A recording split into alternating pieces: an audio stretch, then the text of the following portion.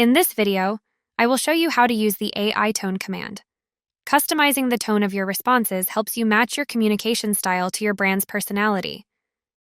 AI tone works within chat conversations, ticketing, and the knowledge base. Here's how it works.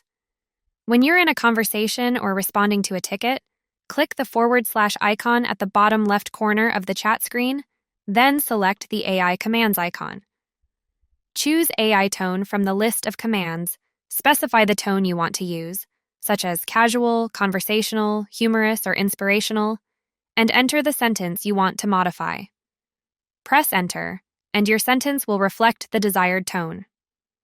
To use AI tone in the knowledge base, start by creating an article and adding a new paragraph. Enter a /, click the wand icon, and select AI tone. Specify the tone you want, and then enter the sentence you wish to change. Press Enter, and the tone of your sentence will be successfully adjusted. For further information on how AI commands works, please visit our AI Assist Academy or schedule a call with our AI Assist specialist today.